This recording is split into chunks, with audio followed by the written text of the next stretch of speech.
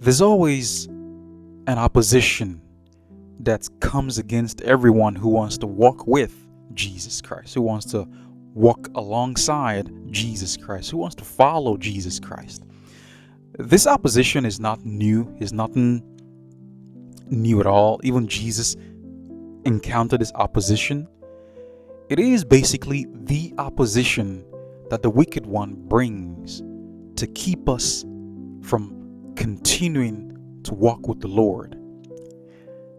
God knows the solution to this trick of the enemy. And the solution is what we're going to talk about today. Today, we're looking at blacklisting the devil. You heard that right. Blacklisting the devil. You can actually blacklist the devil. You're permitted to 100% blacklisting him.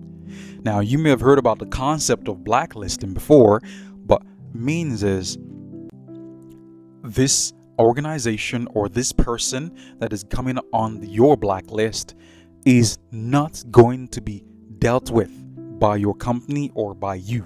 In other words, when they come requesting for a service or requesting for communication or requesting for your time, it meets an automatic no. An automatic no. So whatever sort of like engagement they want to interact with you on, your response is an automatic no. We're going to be looking at 2 chapters today. We're going to see how Jesus, really blacklisted the devil, more or less. And we're going to learn from his example, because we need to be able to know how to walk better in this year than we did in the last year. You need to make changes to how you lived your life this year as opposed to how you lived it last year, because the best thing anybody can do is draw closer to God.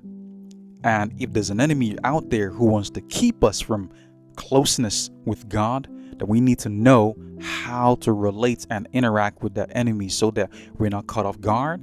In addition to that, so that we can continue our walk with the one who loves us for real, and that person, Jesus Christ, the Messiah. Matthew chapter 8 from verse 28 to verse 34. It says here, "And when he came to the other side into the country of the Gadarenes, 2 demon-possessed men confronted him as they were coming out of the tombs.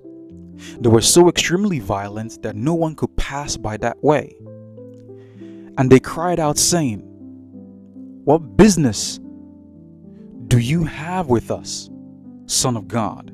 Have you come here to torment us before the time?'" If you see there, it says, Jesus came into this city, into this region, and 2 demon-possessed men came out to meet with him. And he begins to explain, the level of demon possession that these people were on. It says that they were so violent, they were extremely violent, that nobody could pass by the way they were at or in a location that they were in. No one could pass by that place because of the extreme violence that these 2 men were exhibiting. In verse 29, it says, "They came to Jesus and they cried out, saying, 'What business do you have with us, Son of God?'" And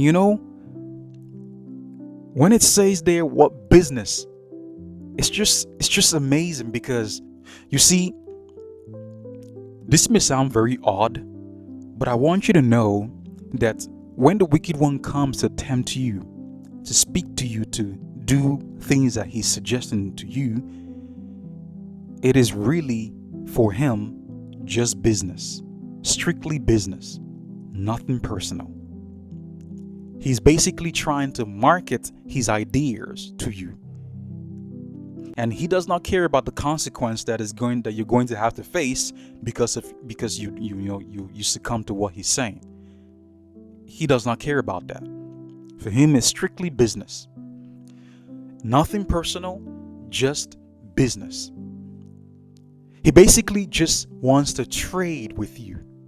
He wants you to, buy into the idea of what he's suggesting to you. And he wants you to buy into the idea so much so that you yourself begin to execute it. We see here, it is just business.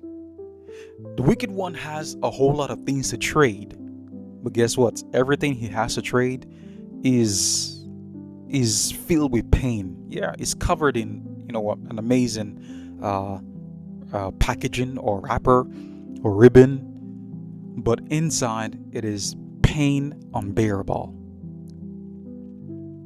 So the first thing I want to mention here is it is only business. It says, what business do we have to do with you, Son of God? And this is because in chapter 4, the enemy came to do business, and he suggested, many things to Jesus Christ. But everything that he suggested, Jesus turned down. It's more or less like, I'm blacklisting you, and everything you suggest, I'm going to turn down. I'm not going to listen to it. I'm not going to pay attention. I'm not going to succumb to it. You see, one thing that gets people stuck with the offers that the devil has is engagement. When he comes to engage you, sadly, people continue the engagement. In other words, they consider the things that he's saying. They engage him. But you see, the best way to interact with the wicked one is to not engage him. So we must copy the same approach that Jesus had. He blacklisted the devil, and we should do the same. Don't give the wicked one the opportunity to engage you, to talk with you, to converse with you. No, don't do that. Because the more you talk to someone, guess what? The more you are open to their ideas. This is just simple logic. The more you listen to someone, the more you are open to their ideas, the more you consider their ideas, the more you are likely to believe, to agree, and to accept their ideas. And once you believe or accept the ideas of the wicked one, you will find yourself automatically doing what he says. So today, the Lord brings to us this way of engaging with the wicked one called blacklist. So get a list in your mind and blacklist the wicked one. Just put a cross out on him and say, this year, I'm not going to engage you. This year, I'm not going to do business with you. I'm not going to trade my time listening to you. I'm not going to trade anything. If you come to sell your idea to me, I'm not going to buy into it. Blacklist the wicked one.